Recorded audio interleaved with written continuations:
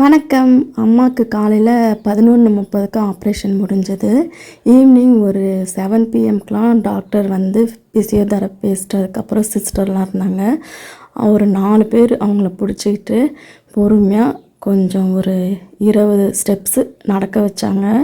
Pain அதிகமாக தான் இருக்கும். ஆனால் இப்போ ஆப்ரேஷன் பண்ணும்போது அவங்களுக்கு இடுப்பில் ஒரு 3 இன்ஜெக்ஷன் போட்டிருந்தாங்க. அதனால் கால்லாம் கொஞ்சம் மறுத்து இருக்குமா, அதனால் இப்பயே நடக்க வச்சிடணும் அப்படின்னு நடக்க வச்சாங்க.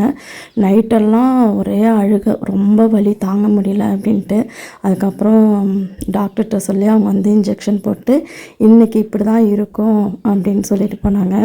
காலையில் சாப்பிட்டது எல்லாமே வாமிட் பண்ணிட்டாங்க. அதுக்கப்புறம் சரி சாத்துக்குடி, ஆரஞ்சு அந்த மாதிரி ஜூஸ் கொடுத்தா கொஞ்சம் வாமிட் வந்து குறையும் அப்படின்ட்டு அந்த மாதிரி ஜூஸ் வாங்கிட்டு வந்து கொடுத்துருந்தோம். அதுக்கப்புறம் இடியாப்பம் அந்த மாதிரி தான் கொடுத்துருந்தோம். இன்றைக்கி டே இப்படி தான் போச்சு. அடுத்த வீடியோவில் பார்க்கலாம்.